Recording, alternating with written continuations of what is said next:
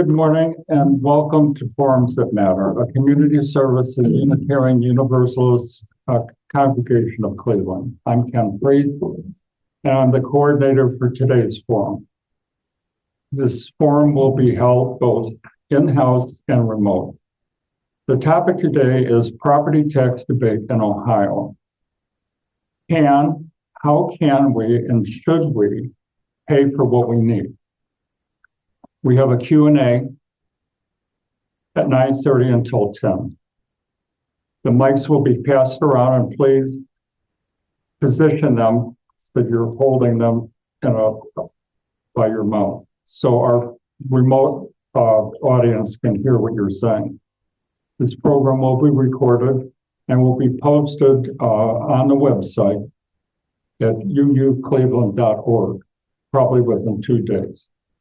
It's my pleasure to introduce our speaker, Zach Schiller, who is Research Director for the Policy Matters, Ohio. Prior to coming to Policy Matters, Zach worked as a writer for the Plain Dealer, Business Week, writing about Ohio economy. He has written about foreclosures, economic development, job growth, unemployment insurance, tax policy, and many other issues. He is a member of the Board of Managers for the Ohio Poverty Law Center. His education includes a master's degree in journalism from Columbia. So with that, well, thanks very much, everybody, for having me. I hope people at the door, you should have picked up, or you can pick up, this little 4-page thing, which describes actually a certain amount of what I'm going to cover this morning. And I just discovered actually that Tom Suddes has a piece on it in today's Plain Dealer, so you can read about it there as well. So I'm with Policy Matters Ohio. You may know that that's a nonprofit, nonpartisan think tank, that we have offices here in Cleveland and in Columbus, and we do research on issues that matter to low and middle income Ohioans. So I'm going to get started talking about property taxes. And, this is a topic it's gotten a lot of attention over the past couple of years, what with the home prices that have gone up and resulted in some instances, and I'll get into this a little more later, in rising tax levels. And so first I want to start by just describing where does our property tax go? And as most of you probably know, the biggest share of it goes to the schools, but there's also a sizable amount that goes for every kind of service. I mean, you really can't live in Ohio or probably anywhere else around the country without enjoying the services provided through the property tax. The property tax is Ohio's oldest tax. It's also Ohio's largest tax. And it's interesting to note that the property tax exists in all 50 states, which cannot be said of the sales tax or the income tax, but the property tax is the most widespread tax, as well as being the one that's been around the longest. So as I mentioned, the schools are where the biggest part of the property tax goes. Ohio has a system where actually we kind of rely on the sales tax for counties, the income tax for cities, and the property tax for schools. So that's kind of an easy shorthand. It's obviously a wild oversimplification, but it's still the main source of revenue. And property taxes now, despite the 30-year history of the Durrell case before the Ohio Supreme Court and subsequently, it remains the biggest source of funding for public schools, bigger than state aid, for example. And I'll mention later that state aid has actually diminished relative to the property tax over time, which is kind of stunning given that the Ohio Supreme Court ruled almost 30 years ago that we were too reliant on the property tax. So I guess some things don't change, although perhaps they should. So as I mentioned, the property tax is the biggest tax in Ohio. Million, billion, trillion, who can follow what all these things, I don't know what that number means much to you, but there is one interesting element that people haven't yet come to grips with, perhaps we won't, is we have a proposal to possibly go on the ballot in November that will repeal the real property tax. And we'll talk about this a little bit later, but in fact, there's another property tax besides the tax on real property. The real property tax, which is basically a tax on land and buildings, amounts to over $21 billion a year. There is, however, another tax, property tax, that the public utilities pay on all of the machinery and equipment and all the other stuff besides the land and the building itself. It's called the tangible tax. We got rid of the tangible tax, except for utilities 20-some years ago, which is one reason why schools are not doing as well as they should. We'll come back to this. You may wonder, why do I bother mentioning the public utility tax? One reason is that the proposal that, if it does go on the ballot, would repeal the real property tax, does not repeal that utility tax. We'll hear more about that later. So many of you may know that Ohio actually has one of the most stringent property tax limitations of any state in the country. So if you go back to the 1970s, which I can see many of you in this room do remember the 1970s, like I do.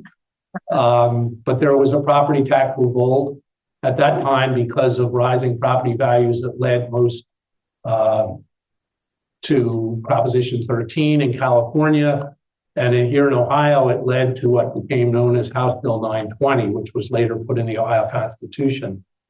And what House Bill 920, it's funny that we still refer to it that way, 50 years later. What it does is it takes most voted levies, and it says, to the degree that values go up, rates will come down, so that it raises the same amount of money that it did when the voters first passed it. And that remains the law in Ohio. And in fact, I had a lot of discussions with editors at the Plain Dealer on this point, because I don't think that they seem to follow this that closely. In Cuyahoga County, when we had the revaluation, we do revaluations every 6 years of home values, and then every 3 years there's just a statistical review to also update values. And this is one of the reasons that values seem to go up so much, is because they don't do it annually as they do in most states. Anyway, so when values went up by an average 32% a couple of years ago now, how much do you think property taxes went up? Well, as the slide says, they went up 9%. We're talking here in aggregate across all of Cuyahoga County. And that's because of House Bill 920, because most of the levies, even though the values went up, the rates came down. And so, in fact, and in Franklin County, they went up 42% and the taxes went up 6%. So in most urban and suburban areas, House Bill 920 is working. And it's keeping values, when values go up, it's keeping rates down. Now, that doesn't mean that you as an individual property holder experience that, because if your property value went up by more than that 32%, you will indeed see an increase. And so particularly in, say, gentrifying neighborhoods, there can be major increases in property taxes, even though the aggregate is not going up by as much. And in certain areas of the state, this wasn't as effective, which I'll mention in a moment. But we still have this restraint on property taxes that's quite significant. And in fact, what House Bill 920 has led to is that Ohio has more tax levies on the ballot than any state in the country. Because what this means is that school districts in particular, which are the main recipient of property tax, when there's an inflationary increase in values, yes, it increases taxes a bit, but nowhere near as much as inflation. And so the schools continuously have to go back on the ballot just to stay even. Because if you want to pay your teachers, if you want to keep the lights on, those amounts are going up, and yet you're not seeing any real increase. And so I forget the exact number. I think there were something like 12,000 tax levies on the ballot over the past 20 or 30 years in Ohio. And it creates a kind of general fatigue among voters. How come I'm constantly going back to just vote on the same thing? And so that's one of the problems about House Bill 920. Now, along with it, we also have something called the 20 mil floor. And I'm sorry to, get you into an inside baseball situation here where you don't want to know what the 20 mil floor is, but it is, if you want to learn about what's happened with the property tax in Ohio, it's something that you kind of need to know about.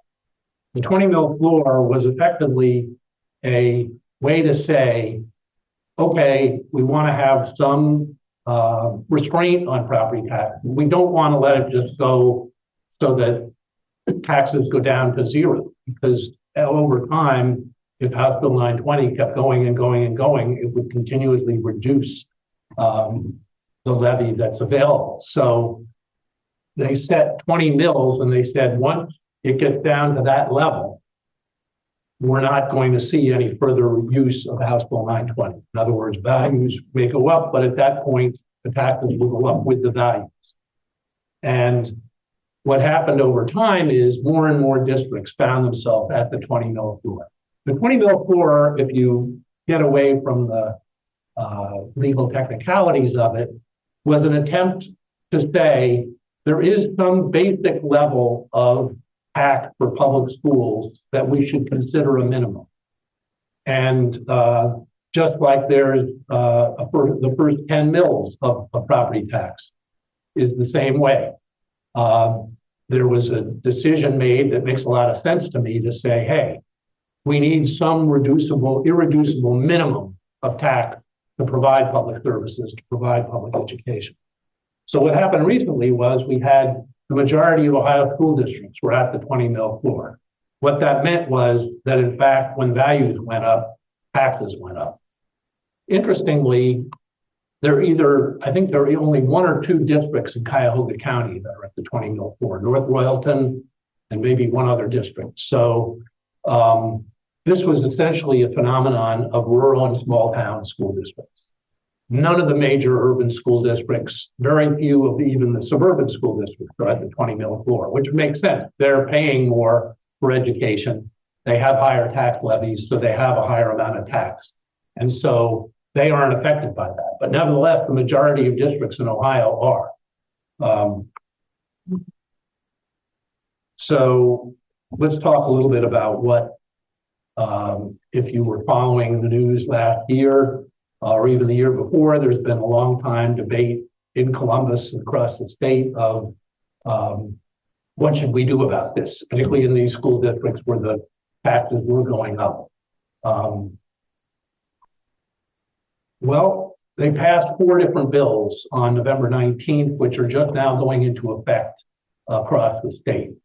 And we weren't very supportive of most of these bills because, broadly speaking, the General Assembly was unwilling to put much of state money into it. They basically wanted to cut people's taxes, and that to lead either to reductions in services, reductions in support for education, or local tax increases. They weren't willing, except in a modest way, to put any state money into it. And so what they came up with was 4 different bills, and I'm trying not to bore you with a lot of numbers of bills, but we can certainly provide that, or you'll see on our website at policymattersohio.org. We have testimony on these bills from last fall. The first bill basically allows the County Budget Commission. County Budget Commission is a group of 3 elected, the county prosecutor, the county auditor, and the county treasurer are the County Budget Commission. And it basically said after a year, they can vote to reduce any levy. Well, this is going to create the opportunity for people who don't like taxes in general to go to their county officers and continuously ask for levies to be reduced. To me, it's fundamentally anti-democratic because you're basically saying the voters can vote a levy, and then these three officials can override it. One of whom knows not. I mean, the county prosecutor is not exactly an expert on school finance. So I thought that this bill, despite the majority in the state house arguing that, well, the voters should have more say over what property taxes are, in effect, they were spitting in the voters' face with this bill by saying, well, we're going to allow these elected officials to override what the voters have decided. The second bill allows certain levies that hadn't previously been counted to be included in the 20 mil floor. So it means that 100 or more of those 400 districts will now find themselves where they're not at that floor, which means that if values go up, rates will go down. So it will effectively mean that House Bill 920 is back in effect. The third one takes the first 10 mills, and I kind of have assumed that you folks know basics about property tax. I didn't try and introduce what is a mill, but a mill is basically 1,000. So the first 10 mills is something constitutionally protected that is split up. The schools get almost half of it. The rest of it goes to cities, villages, townships, other taxing entities. And again, it's a way to say we have some basic level of property tax that we impose to provide for these services. So what they did is they limited that, and they said we're only going to allow that first 10 mills to go up by the general inflation rate, which is considerably less than it would go up because housing inflation is faster or higher, has been lately anyway, than general inflation. The fourth one, which was actually the most significant in its physical value, says the same thing of districts at the 20 mil floor. It says we're going to limit how much taxes can rise in those districts. And retroactively, we're going to go back to the last time that we valued properties, and we're going to reduce how much the school districts receive based on how much inflation has been since then. So what these mean is the following. The school districts at the 20 mil floor will receive over $1 billion less over a 3-year period than they otherwise would have. The local governments and school districts that get that first 10 mils will get $600 or $700 million less. And this is over a several-year period, so it's not as drastic as you might think, but it's still, a definite cut to how much school districts and local governments will get in property tax. But most of this is concentrated at those districts in rural and small town Ohio. So in other words, Shaker Heights, Cleveland, nearly all the districts in Cuyahoga County, they'll see this reduction in inside millage, but they're not going to see as big a cut as all of these small town and rural districts do. So it was kind of ironic because this was a Republican effort in the state house, and it largely is cutting support to small town and rural schools. That's the biggest thing that this is going to do. And in the past, you would have thought that was kind of unlikely, but that's what they decided to do, to shoot themselves in the foot on some level. The other thing that the biggest part of this did is, we're all talking about property tax relief, that there are people who need some relief, and there certainly are. There are many thousands of Ohioans who are paying more in taxes than they can afford. So what do we do about it? Well, these particular measures, particularly House Bill 186, the one that's causing the $1 billion loss in school district revenue, it's completely untargeted in how it provides that. It gives it to everybody in the school district if the school district is at the 20 mil floor. So we found, for example, that Indian Hill, which is by most accounts the richest community in Ohio, suburb of Cincinnati, they're actually going to see tax cuts in Indian Hill. There won't be any tax cuts in East Cleveland or 6 of the 10 poorest communities in Ohio or any of the major cities except Cincinnati. So what this is doing is it's reducing the amount of money that's going to schools in particular, but it's not doing it in a targeted way where it provides that tax relief to people who most need it. It's doing it in a undifferentiated way. And so we thought that that is not the way you ought to do tax relief. You should direct it at the people who need it. And this didn't do so. There was also, they added in at the very last moment, perhaps some of you saw some of the news coverage of this. If you examine your tax bill and you're a homeowner who lives in the house that you own, the state actually picks up 12.5% of your property tax. And 10% of that goes to not just owner occupants, but any like small landlord or other property owner. And what they did is they shifted that and they said, well, we're going to increase the amount that owner occupants get. So now it's going to be a little over 15% that the state will pay of your property tax instead of 12.5%. And we're no longer going to provide that tax break to landlords who don't live in their property. So, on some level, that's a good thing because it means that owner occupants will see a lower tax rate. On the other hand, it's any owner occupant.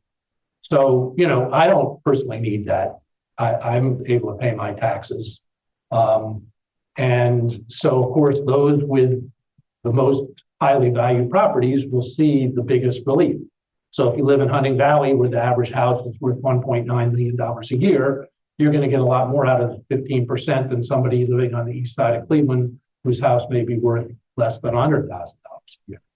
It also could negatively affect certain tenants because to the degree that landlords will see that their property tax has gone up, they could pass some of that on to renters. So we didn't see that as wasn't the worst thing in the world, but it wasn't, again, it was not targeted at those people who actually need it.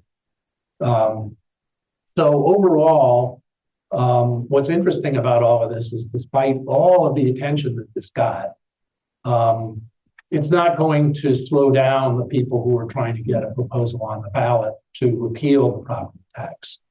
They've said that quite clearly.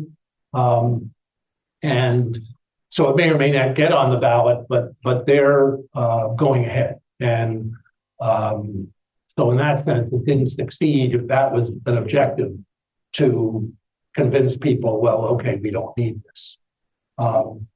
This proposal, if it does pass, and they're collecting signatures for it now, they have to turn in all their signatures by July 1st, and they have to get something over 400,000 signatures from half the different counties in the state. Not at all clear whether they'll get those signatures, so I don't take it as a given that this will go on the ballot, but it could well. If so, and that passes in November, it would then affect taxes charged next year, 2027, which are collected in 2028. So it would effectively give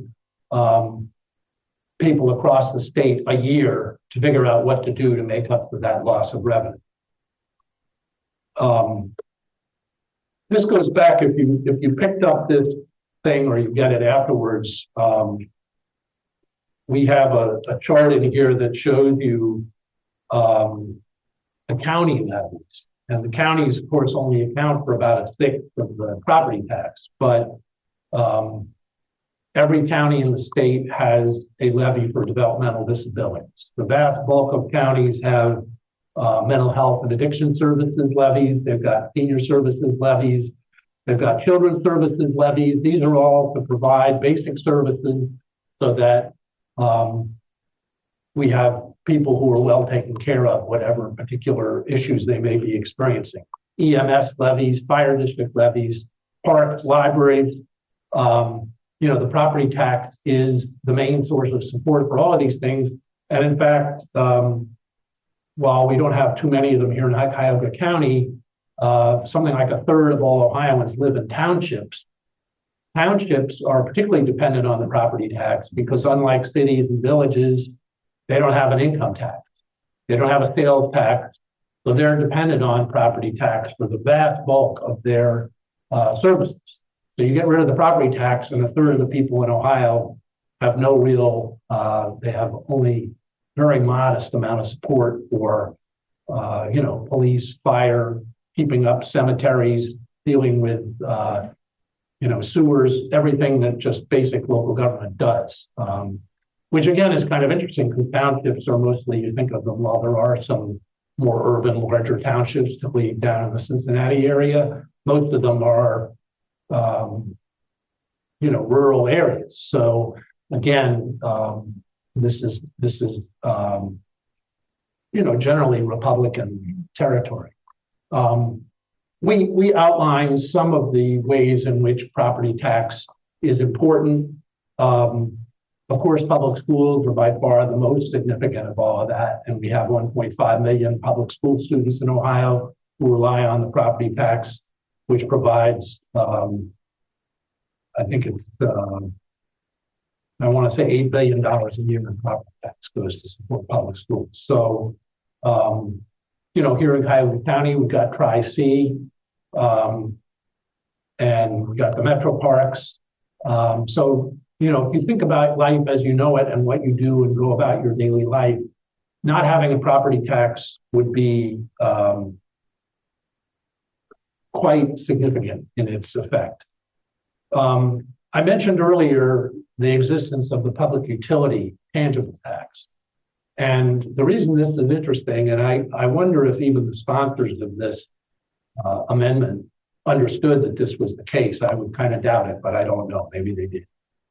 But about 1/10 of the real property tax of the levies that we pay across the state are for what are called fixed sum levies. These are property taxes where voters have passed a tax to raise a fixed sum of money. And it's often done to raise money for capital projects, for building schools or whatever, because you're going to spend X amount building that. You need to have that amount. And so the rate will vary from year to year, but it'll bring in that same fixed sum.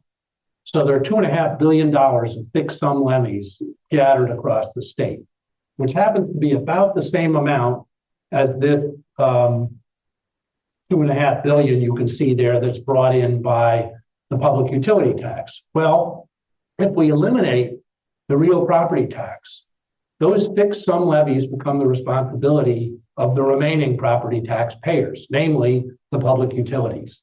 So the public utilities will see their property tax double. And what will that mean? Well, it'll mean you'll be paying higher electric costs because taxes are considered to be a reasonable cost of doing business. And so if the utilities see an increase in their taxes, the regulated utilities will see it reflected in their rate base. The Public Utilities Commission will approve that. The ones that are unregulated, okay, they may not be able to pass all of it along, but they certainly will attempt it. So one of the interesting byproducts of this proposal will be people will see greater, higher bills for their electric rates, which I think will, be another salutary part of the proposal. And it hasn't gotten much attention yet, but I'm expecting that it will at some point. So what happens if we see this on the ballot and we pass it? The bars here are a little bit drawn incorrectly, unfortunately, but the bar at the top there is the real property tax. And as you saw, that's bringing in $21 billion a year. The other taxes aren't bringing in anything like the same amount. Even the state sales tax is $14 billion. The state income tax is $11 billion. So what this means is you could double the state sales tax and you wouldn't be making up for the property tax. If you had to raise the sales tax to make up for all of the property tax, it would mean a 7-cent or almost a 7-cent increase in the sales tax. So here in Cuyahoga County, we would be paying almost 15% in sales tax to make up for the lost property tax. And similar amounts, a little bit less around the state, but the income tax, as you see, is only a little over half. So you could almost triple the income tax to make up for the property tax. So these are not really viable alternatives. We're not going to see the Ohio General Assembly tripling the income tax, which they've been trying to repeal for the last 20 years. We're not going to see them double the sales tax. And so overall, if this passes, I think we can expect drastic cuts in all kinds of public services, particularly in the schools. I think that realistically, I don't want to belittle the, okay, this describes what I just mentioned, some of what would have to happen to make up the difference. I do think that if this goes on the ballot, which I don't think is a certainty, we will see a really giant coalition of all kinds of different groups opposing it. And so while I don't want to see this on the ballot and don't want to have to spend the next 6 months fighting this, or not 6 months, I guess it's till November, I am optimistic that it would be opposed by much of the business community, labor, certainly all of the local government and school groups. So we would see a very grand coalition opposing it. And in North Dakota, where they had something similar on the ballot a couple of years ago, it failed and didn't even get 40% of the vote, I don't believe. And so I think that unfortunately, it'll take an enormous amount of work to oppose it if it does go on the ballot. But I also think that hopefully cooler heads will prevail. So what are some things that we ought to do about all of this? Well, one of the reasons that we've seen property taxes go up, even with House Bill 920, is because we never did fully solve the problem that the Ohio Supreme Court highlighted with its devolved decision and properly fund our public schools. The Ohio General Assembly passed the Fair School Funding Plan, which was based on how much it costs to actually educate kids. But then in the state budget that was approved last spring, did not appropriately fund it. They left it almost $3 billion short over this 2-year period. And if we had properly funded our schools, we would have found that property taxes didn't need to go up as much as they have around the state.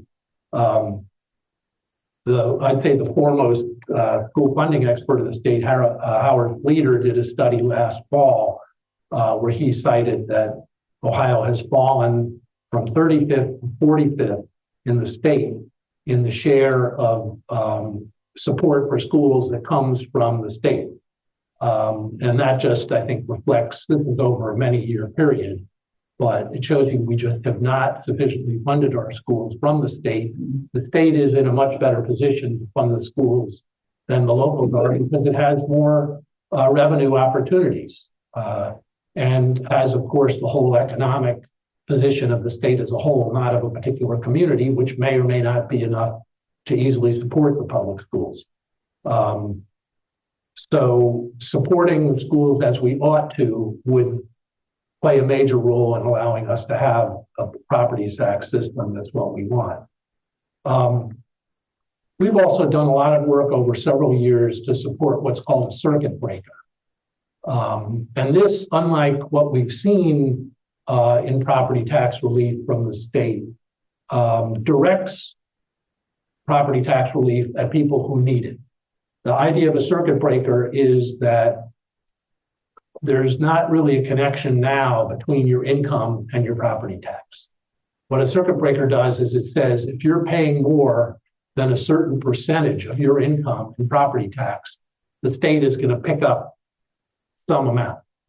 And so there are 29 states in the District of Columbia that have some form of this, including Michigan, West Virginia, Pennsylvania, but also Missouri, Oklahoma, Vermont. I mean, it's an assemblage of states that are not all of a particular political persuasion.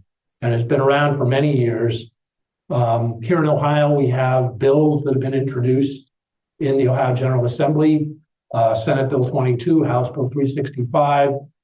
What these would do, and they're just one example of the way you could do this, is they say if you're paying more than 5% of your income in property tax, the state will pick up to $1,000 in property tax over that.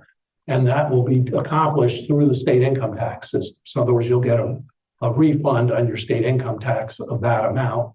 If you don't pay the state income tax, you can get a rebate anyway. Another thing about this is that it can be extended, as it is in Michigan and many other states, to renters. You basically could say, okay, what share of rent goes to property tax? And we did some research on this, and we suggest that it's about 15% on average. Of course, it varies from one place to another. But if you use that, which is in fact what's in these two bills I mentioned, it means that this can be extended not just to homeowners, but to renters who are also experiencing rising property taxes through their rent. But it doesn't have to. I think one of the other attractive elements of the circuit breaker is that it's very flexible. You can, instead of 5%, it could be 3%. Instead of $1,000, it could be $2,000. It depends on how much you're able or willing to spend. But I think a key element of it is that this is state supported. In other words, the state is going to provide the revenue to make up for that. And so you're not taking money away from the schools or other local public services to provide this property tax relief. And that has been the sticking point, so far as I understand it, in getting support for this from the state legislature. They've been unwilling, even though we have bipartisan bills, they haven't been willing to pass this. So instead of targeted property tax relief, instead we get this sort of undifferentiated relief that is paid for at the local level, so that in effect, the schools especially, but other public services are expected to bear the brunt of providing property tax relief. So this link is to in case you didn't pick this up or you want to supply it to your friends and neighbors. I guess that pretty much completes my numbers heavy presentation, but I'm happy to answer any questions. We're going to start Q&A. In this debate on property taxes, there's a element that I don't believe is discussed at all. It's not a totally bad thing if your home value goes up 25%. For many of us, it's our largest single asset, and it's a good thing. I understand you can't spend that at the grocery store, but there is some positive value. Years ago, I was a longtime treasurer in Shaker Heights, and at that time, we engaged a gentleman named B.K. Mather, an economics professor at Cleveland State, to do a study on the impact of the quality of local services, particularly school districts, on the value of a home. The western edge of Shaker Heights is in Cleveland municipal boundaries, and Howard took a study of homes that on one side of the street were in Cleveland schools, the other side of the street in Shaker Heights schools, both receiving city services from Cleveland, and he found a pretty dramatic difference in the value of the homes. So again, not only for schools, but the other local services provided by property taxes actually support and enhance the value of property. And I don't think that's been a part of any of our discussions. Well, I couldn't agree with you more. I don't think I have much to add. I think it's totally correct.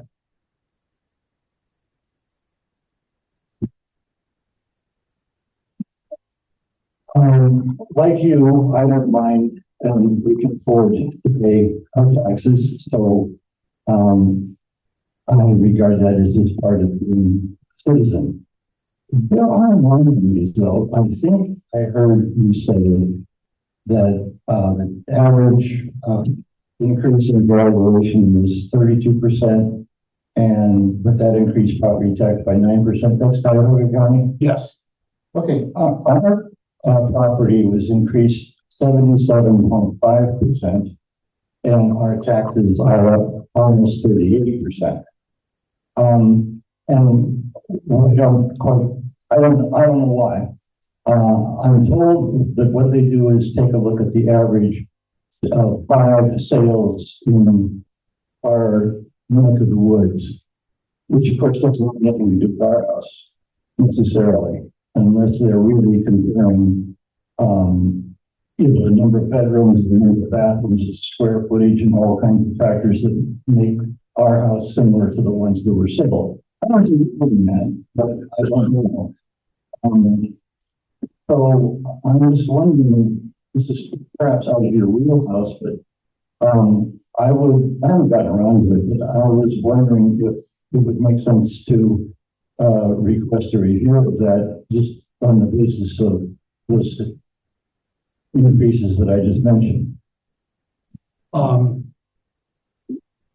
Yeah, there is, we have what's called a board of revision. And they have a process where any homeowner can go there and they have deadlines and so on. So I'm not familiar with it. I don't know. I think you can still do that. Well, I mean, you can do it on a regular basis, but they allow you to go and say, hey, you know, whatever you calculated doesn't make sense. That may be what it seems, but in fact, the value isn't that great. And so, you know, many people take advantage of that. They may or may not succeed.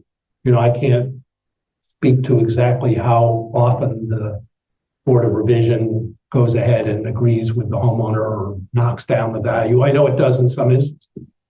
Some of these things can seem a bit arbitrary, and I can't speak to the, you know, I think they try and do as good a job as they can, but I'm sure that there are times when they are not really providing a value that's in line with what it ought to be. So, but it's up to it's generally the county auditor. We have now a charter form of government, so we don't have quite the same. We have a fiscal officer, but we still have a board of revision where you can do that. And I would encourage people, you know, who don't want their home value to be shown what it is to go and, you know, go to the board of revision. So I have a question. Do we have too many cities in this area? Maybe we need more regional services to save money. I mean, my city is tiny and it's got all the services, and Lyndhurst is next door. I mean, it's like, I think that's part of our problem. We've got too many governments and not sharing of services.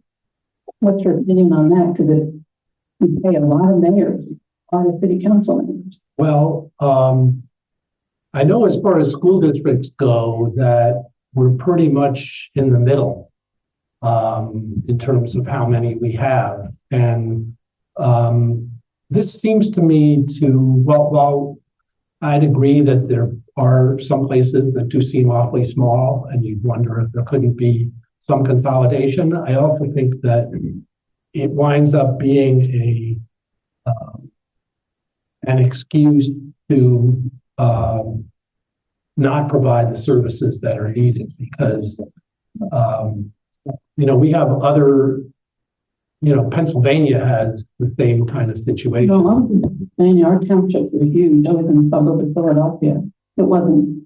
Well, okay, but the numbers, whatever you may have experienced individually, there are even more municipalities or governments there than there are here. And I think as much as anything, you know, this is more true in the older parts of the country than in the Sun Belt, where there are fewer governments. I think, you know, while there's some truth in it, I think you would still have to have people providing administration. So yeah, maybe you wouldn't need to have somebody quite as highly paid, but you need those services and somebody has to be providing. So unless you feel that the administration of it is, you know, an extraordinary share, I don't know how much it's going to save you.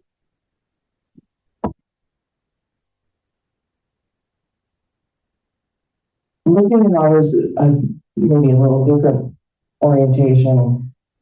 I am so frustrated with our legislature when it comes to public schools. And my belief, based on our comments, and I sometimes will read their GOP newsletter in Ohio and that sort of thing, they really are trying to destroy public schools. They are really allergic to the idea that we should fund public schools, even though it's in the Ohio Constitution. And so when we, you know, write letters or have conversations, it's falling on deaf ears because they don't believe they should be, you know, they think everything should be privatized.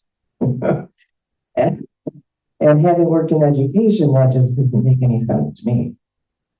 How do we hold our representatives accountable to the fact that, you know, ignoring the DeWalt decision, it's like they take the basic premise that we should be funding public schools and just like, well, that's optional.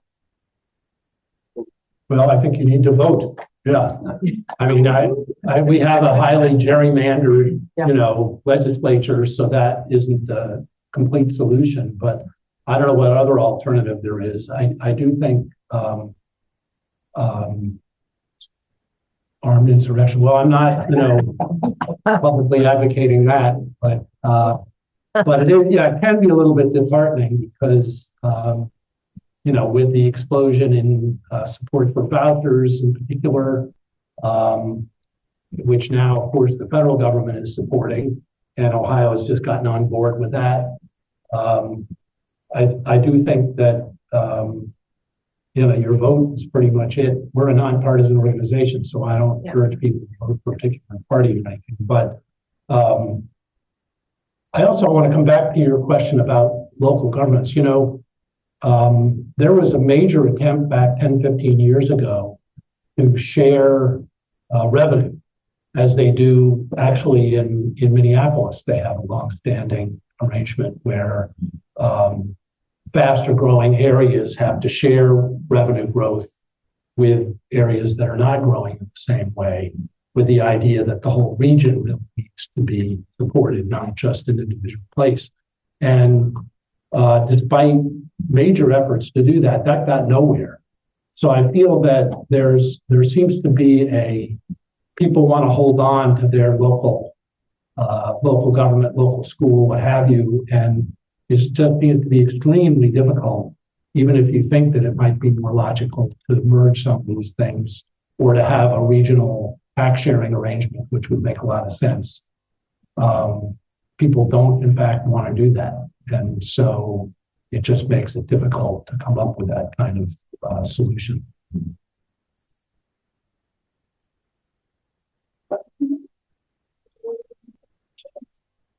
Let me say one other thing. I didn't speak to what was part of the title of this presentation, which was how are we going to pay for these things? And I could have put a bunch of slides up. You can go on our website and find this information. But, Ohio has slashed its income tax by more than half, more than $10 billion a year. We've reduced our income tax by as much as or more than the state pays for public education in this state. And the largest part of that has gone to people who don't need an income tax cut. And we have no corporate income tax in this state. We're one of only 6 states in the country without a corporate income tax. We have $1 billion giveaway to business owners that has no connection to them providing employment, for example, even though it was supposed to be something that would help businesses. And so our tax policy in this state has been fundamentally misguided and has reduced dramatically the amount of public resources available for any of the various things that we may feel are important, whether it's public education, whether it's having more affordable colleges, whether it's having accessible or affordable childcare, which is a very important question that hasn't been dealt with properly, and not to mention public health. So what we need really is a revision of our tax policy at the state level to be able to provide those services that we need, and which would also allow us to keep property taxes from going up from people who can't afford it. And, paying for a circuit breaker or for an expanded homestead exemption could easily be afforded with just a fraction of the income tax that's been cut. So we do have alternatives that are available. We don't take advantage of them, it seems. But, the effect of this tax policy change has not been to change the trajectory of Ohio so that suddenly we're gaining population or even maintaining our population relative to the rest of the country. We're experiencing the same economic growth as the rest of the country. We've continued to tail behind. So I think that we've now had 20 years of that policy. I started working on this before the big tax changes in 2005. And here it is more than 20 years later. So I don't know that that's an answer in the sense that we're quickly going to change our tax policy, but I do think that it's important for people to understand that we are making policy choices today. And if we have property taxes that for some people have become unsustainable, it's because we aren't providing the relief to them that we could. And that's a choice that our legislators and our governor have made. And it's unfortunate, but their minds should be changed or can be. So I do think it's important to sometimes look at the glass half full. And as much as I didn't agree with the legislation that was approved, these bills, in fact, the public kept there from being a much, much worse set of alternatives being approved. At one point, there was a bill that would have eliminated inside millage. Well, that's $4 billion a year in property tax that would have been eliminated. That was killed. The governor vetoed a couple of other measures that would have very significantly and much more substantially than what was eventually passed, reduced the amount that schools had available to them. And in fact, the legislature even finally decided to put $400 million into keeping the schools from taking quite as big a hit as they otherwise would have. So you'll note, I don't know how much you run out in August and buy a lot of stuff on the sales tax holiday, but there won't be a big sales tax holiday this year. And that's because that money is being used to help the schools who otherwise would have seen a bigger hit to their finances. So I think, there are some examples where even though what they ultimately came up with was not what we need, it was a lot better than it could have been. And that may be small solace because it still isn't great. But, instead of seeing a much, much more substantial harm, there was an outcry on these different issues. And so it caused our legislators to somewhat change what they otherwise would have passed or what the governor vetoed. So I think there too, while we can become completely glum about things, there's no need to do so. We can, in fact, have some success. And so I think that, it's important to recognize those successes that we do have. Yes. I'd like to share through email with people. Is it possible to get it electronically, or maybe you already have it? Yes, there's a link near the end of the presentation. If you go to that once it's available online, and it will be on our website, where it should be policymattersohio.org, or if you Google like my name, property tax policy mat, you should be able to come up with it. And there is a coalition that's forming to oppose this, which hasn't, I think, completely gotten off the ground, but a lot of the local governments and schools and so forth are beginning to meet about that. What is the impact of some of these property tax deferrals or elimination in these new developments? Does that affect schools very much? I know I've been in places in Cleveland where they're, that island, whatever it's called, they pay like $900 a year in property taxes, and the home is worth a hell of a lot more money. But they displace the poor people down there, and they make for gentrification. And I talked to someone there who moved there from Shaker Heights, so they were like $900 versus $25,000 in property taxes. Yeah. And I asked her if she's going to stay there, and she said, "Oh, when our property, tax removal is done, they'll move someplace else." Yeah, I mean, this is a definite problem. We've spent a good deal of time on that. I, in fact, have testified at the Shaker Heights City Council about the tax increment financing for the development, what's the name, the one by Van Aken. And the schools accepted a reduced amount for that to go up. I think that there's a fundamental disconnect in Ohio in that the entities that are approving these abatements are the cities. The cities, while they receive property tax, are nowhere near as dependent on them because oftentimes it means they're going to actually be getting more municipal income tax. And the schools are the ones that actually have to suffer the reduction or at least the lack of increase that they otherwise would have seen. And too often these are developments that would happen anyway. And so we believe there ought to be much more restriction on that.